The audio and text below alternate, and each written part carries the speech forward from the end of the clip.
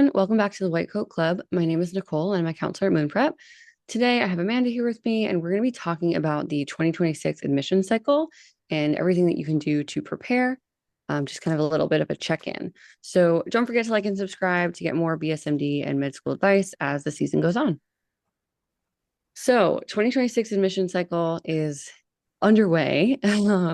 Super exciting. I think today we're mostly going to talk about the Common App, which had a lot of revamp changes for this cycle. So maybe let's start there. Do you want to kind of chat a little bit about that?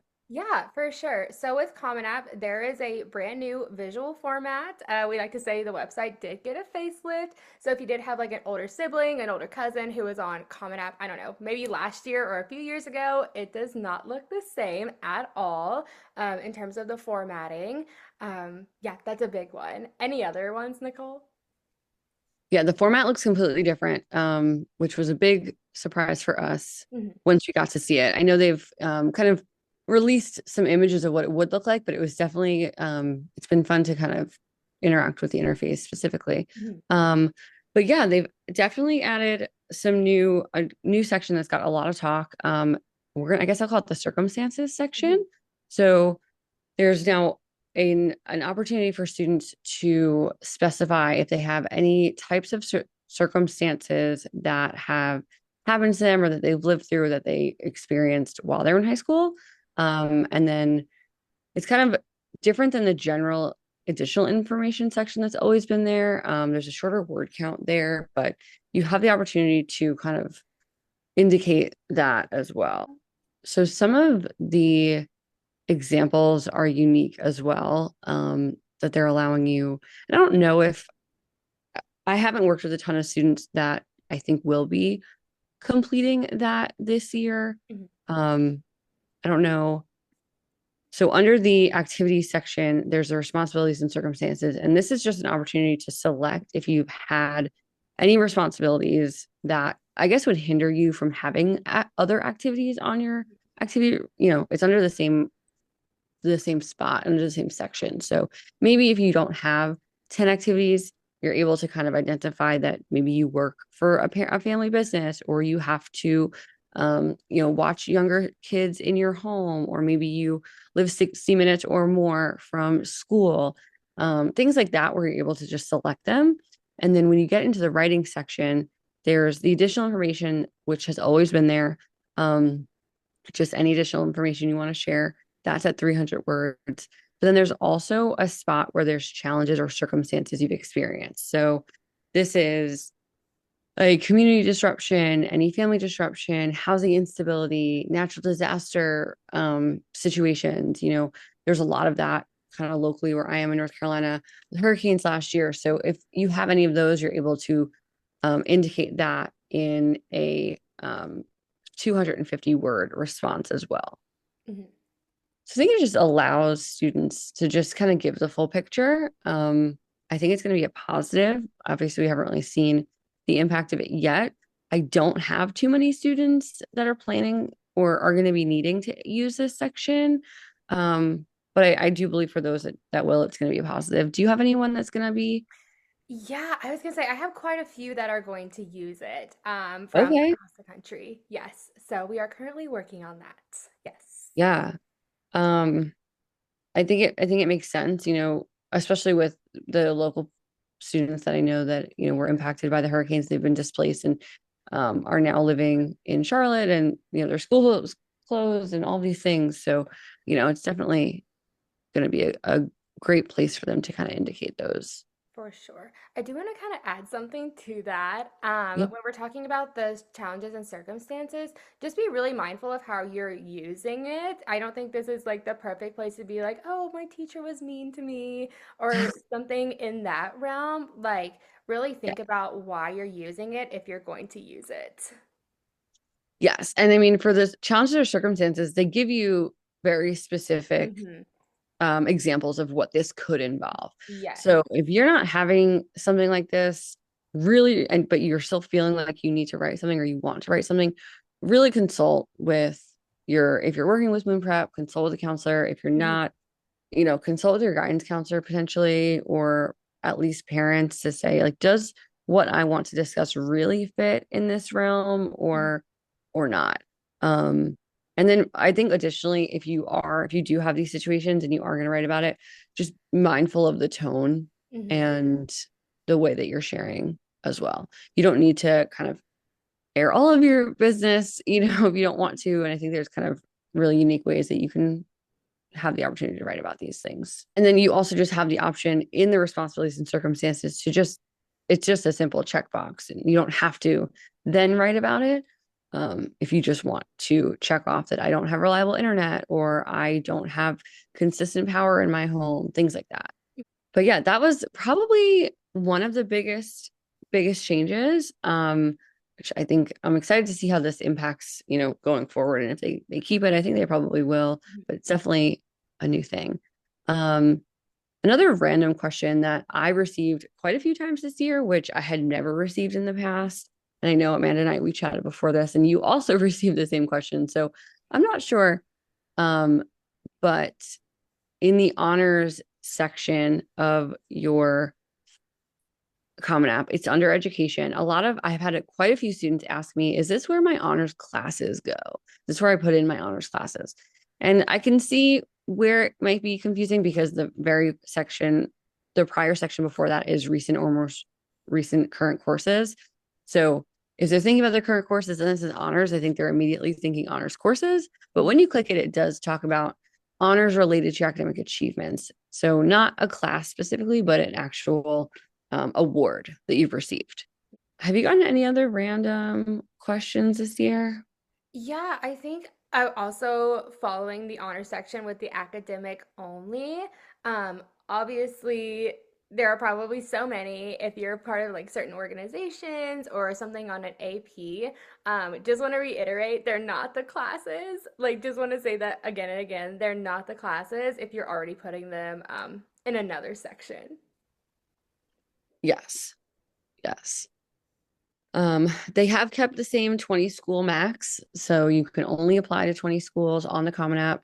No other email account can you make to, kind of avoid that. We do, as a company, really only recommend using 18 or 19 or planning to use 18 or 19. I think planning is the key word there because things change. And, we're talking, it's August right now, and you will still be submitting applications in January. And life is going to change, things are going to change. We want you to have a place available if needed. So if you change your mind, need to apply to another school, you'll have that space on it. So plan when you're mapping it out to only do, 18 or 19, and then just for the what ifs that could happen down the road. Other than that, though, the coalition or apply score does not have any maximum. They do not have all of the partnerships. So there are some schools that don't use score. A lot of kids will say, why can't I just apply for my own score? Some colleges don't use score. So they don't have any max, so you should be able to kind of fill in the gaps there Mhm. as needed. Anything else on Common App that you can think of? Nothing on Common App. I will say for Score, they're very clear about what schools are on there. In fact, I think on their homepage they have a link that says "Use link here to see what schools are in partnership." So you will be able to see right away which schools are on there and not, or and on Common App as well. Yes. Yeah, it's very clear. And just map it out in advance. Yes. That's the easiest way to do it, I think. Um, any other news, either application platform or just schools in general? Nothing on Common App or anything, but with Brown, they are no longer asking the extracurricular activities question. So, again, reiterating if you had like a friend or somebody you know who had that question, that is no longer there for Brown. Yes, any Yes. other updates? Yes, that was a big one. Mhm. I know some schools have not even posted their essays yet. Yale, for example, there's still some that are saying coming soon and they'll be updated soon. So it is sometimes frustrating. I have a lot of kids that are, wanting it all out there already, but Mhm. it's a good time to just work on some other things for now, what is out there, and then as those others come in, just get working on those. Um, on the Common App, we did notice the new direct admit section. So I touched on it briefly in one of our other programs that we do, but it's essentially an opportunity for some smaller private schools to recruit students that would be an eligible fit based on their um, stats and scores and their I guess there's other eligibility requirements. Like every school is going to have something a little bit different. Mhm. But they're kind of able to reach out to you via Common App. So if you fill out your general information, they'll be able to have access to it and say, hey, you might be a great fit. Um, if you apply, if you choose to apply, it's like a conditional acceptance. That application will then be free for Mhm. you to do. So there's a list on Common App that gives you, exactly what schools are doing it. There was a few that actually surprised us though. Um, and if it's a local school to you and it could be a safety, that could be a great option if they reach out to you. But it's not going to be really like kind of those bigger name, more competitive colleges. Mhm. Another thing that we noticed, and this has kind of been the trend for the last few years, more schools are requiring ACT and SAT. I think we kind of predicted that a couple of years ago. We've done this podcast for a while and, working in this, we kind of predicted that this would be happening. And it definitely has every year. There's a few more that kind of jump back on board. Um, and then you were talking about AP testing as well, right? Yeah, so there are some schools that have said in lieu of SATs and ACTs, you're more than welcome to submit APs, AP scores. Like with the SAT, ACT, obviously if a school requires it, then absolutely send it. But just be mindful if schools are letting you do APs as well. Just being completely honest, if you are like applying STEM, maybe we don't want to see twos and threes. But just being really mindful of which ones you're using, SAT, ACT, or APs. You can absolutely ask like your counselor, a moon prep counselor, on which route to take. But just be mindful that some schools are offering this as well. Absolutely. Yeah. And being mindful of which scores you're submitting, Mhm. what's the best plan for you based on what your goals are. Mhm. And then another big one was that UMich is now offering ED. Mhm. So that's something that they have not ever offered in the past. I guess they're excited about that and kind of have that more exclusive application option for some students. And we're going to go over that too. I guess maybe we can segue into Yeah. those first, if that makes Yeah. sense. So, as or hopefully know if you're listening, there's a big difference between early action, early decision, restrictive early action, regular decision, rolling decision. And we get these questions year after year after year. Mhm. What's the differences? What am I supposed to do? So we figured, in this podcast, we'll just take a couple minutes to highlight those for you, give a little refresh for everyone. Do you want to start it off? Yeah, for sure. So one of the big two I like to say are early action and early decision, also known as EA and ED. Early action, they are non-binding earlier decisions. Typically these do happen. I think the top four dates are like October 15th, November 1st, November 15th, December 1st, but always check. Some might be November 3rd, November 2nd. These are non-binding decisions. So if you apply, you get in, yay. You're not legally binded to go there. Unlike ED, early decision, you are legally binded to go there. You're pretty much saying, if you accept me, I'm down to drop everything else because you don't have a choice. I will say with this one, if you are not 100% certain on applying ED, you're like, oh, I'm not really sure, we don't apply ED. Mm-mm. Usually I don't personally recommend it unless like I can visibly see that you are ready for that kind of commitment. But those are kind of the big two. Nicole, any other ones that we need to talk about?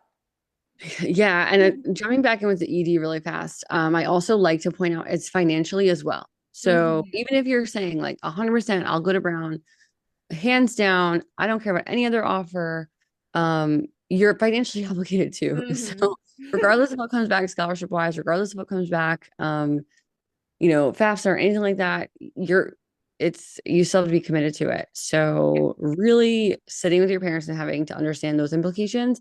And every school has financial aid counselors. I was one at another university before I Mhm. began doing this. And you can call them, even if you're not a student yet, and just kind of ask them, what would this look like? What are the current fees? Now, your tuition, it's kind of crazy because the tuition that you'll be paying for, next year when you go won't even be released until after you've decided to go there. Hmm. Um, but they usually increase at a certain rate each year, and their offices will be able to give you some insight. So definitely make sure that you understand that as well. Hmm. But in terms of the other application types, restrictive early action is one that gets a lot of people confused. Not every school offers it.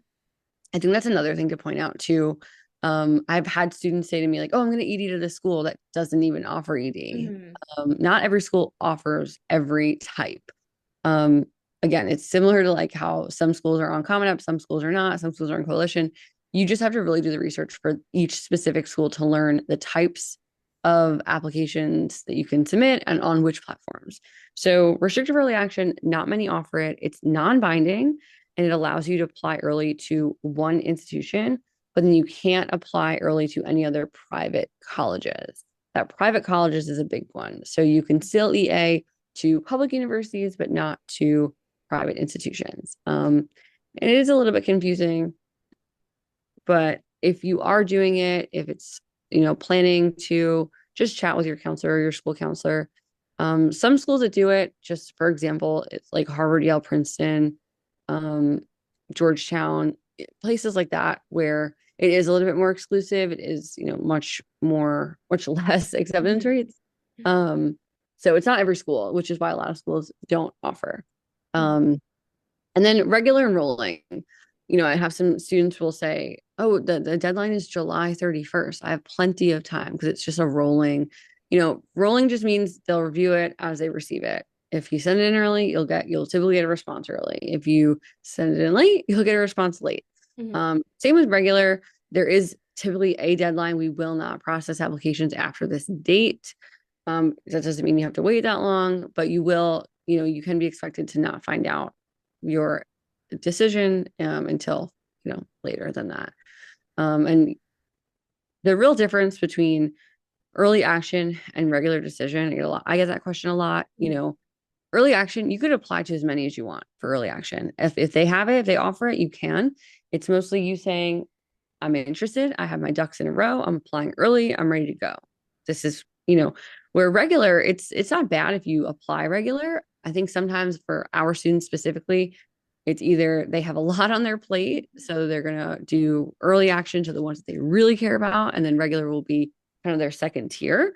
Um, it also gives you the time to take some space and revisit some ideas and say, you know what, let me add some other schools to my list now that I've applied all of my kind of first tier Hmm. choices.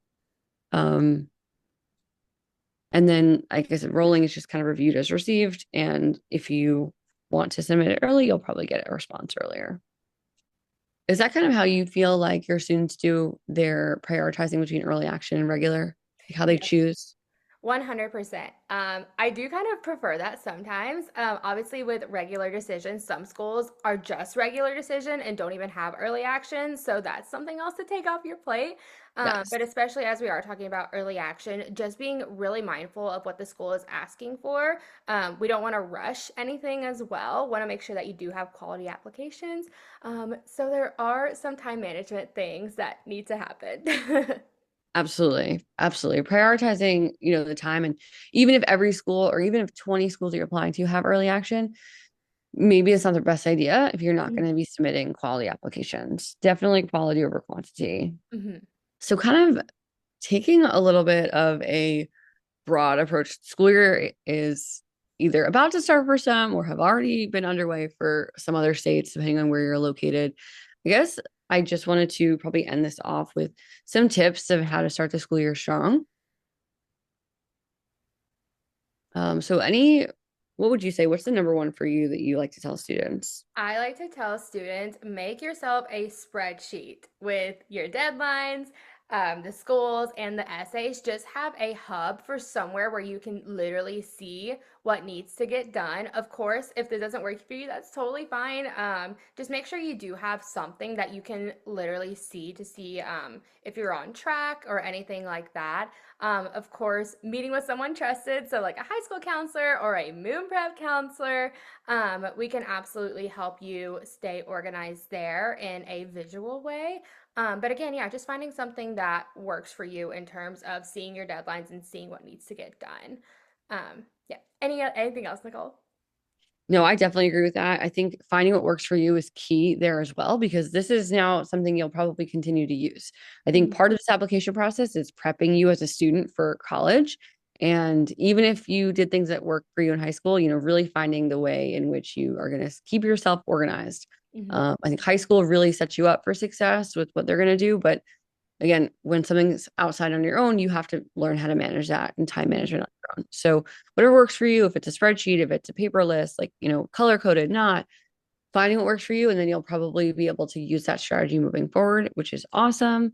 Mhm. But yeah, absolutely staying organized, staying on top of it, being able to access it. If you're thinking, what do I need to do this week? Have a clear place where how where you are at in the process and like, what you'll need to do. Um, Getting familiar with the process that your high school has for college applications is, I think, also key. So, how do you recommend that ask you for my letters of recommendation? How do I request it from teachers? How does it get uploaded? How does it get sent? How do I let you know that I've applied to this school so that you can send my transcript and all of my other supporting documents? The first week of school, typically the first week or two at least, the counselor will do either an assembly or they'll do classroom push-ins where they'll tell you how. But really make sure you're paying attention and getting acclimated with this process, especially if you're someone that's going to be applying to a lot of schools, especially if you're someone, double, especially if you're going to be someone that's applying early or potentially doing an ED, Mhm. letting them know I worked as a school counselor for years. I know you have that experience as well, but really making sure students came into my office and said, listen, I'm going to be applying to 20 plus schools. This is where I'm at so far in that process. I'm working with someone independently. I will be applying EA to most of them, ED to all of them. It's just a great thing to have on my radar. So that way, when those deadline dates do start to arise, I'm looking out for notifications that they've actually applied to a school, or Mhm. looking out for specific things that's going to trigger me as a counselor to send the letters of rec and to send the transcripts and again those other supporting documents. Mhm. Every high school is going to send documents differently. Some do it electronically through Score, some do it through Naviance, some um, there's tons of different platforms out there now, but everyone's going to have a little bit different of a process. So make sure you're aware. What did you think was like the biggest acclimation part for your students in that regard? For letters of recommendation, um, obviously, of course, having your teachers, of course, one, be willing, but also just kind of being mindful of timing of how you're asking how and when. Something I do like to do for my students is make sure they have like a resume or a brag sheet or something of that caliber. Maybe having your own document so your teachers know what you've done. But just kind of being mindful of the way that you are approaching folks who are writing your letters of recommendation if it is kind of later in the game. Yeah, that's what I tell my students. Absolutely. Yeah. And be prepared and understand the dates that schools are in session. Mhm. Understand that if you're submitting applications on a Saturday night and you're emailing your counselor 50 times, probably not going to respond because they're not at school. Mhm. Like business hours, business days, like really start to, kind of like get a handle on that. Yeah. I've met with students, panicking on a Saturday because they've emailed their high school guidance counselor Friday night and they haven't responded yet. Well, they're typically only working when they're at school, like that's whereas moon prep counselors, we're kind of working really whenever. We Mhm. primarily work nights and weekends. Whereas, if you're talking about someone at the university or asking questions to them, either high school or university, they're likely only answering within business hours. Mhm. Um, and again, being mindful of how you approach it. Your lack of planning is not going to make them be in an emergent situation. Yeah. I think that's a big life lesson for a lot of kids, I think, Yes. moving forward. But I think, whether you've started the school year yet or you're about to start the school year, just go into it strong, excited. This is an amazing time for students. It can be a little bit intimidating, it can be scary, but make sure you're prepared. If you're listening to this, you're probably already on the right track with wanting to be prepared. So, um, you know, take all the tips and tricks you can find. But other than that, I don't know if I had much else about like major changes or anything to note for this year specifically. Did you have anything else that you were thinking about? Um, no, I'll just piggyback. Of course, just like staying organized, maybe have like a trusted person, like an outside perspective, helping you stay on track. Especially this time of year with school, activities, all of that fun stuff. Just staying organized will be your key. Yeah, absolutely. But good luck to all of you in this admission cycle. And yeah, we'll be on in another 2 weeks to chat about some other essay series.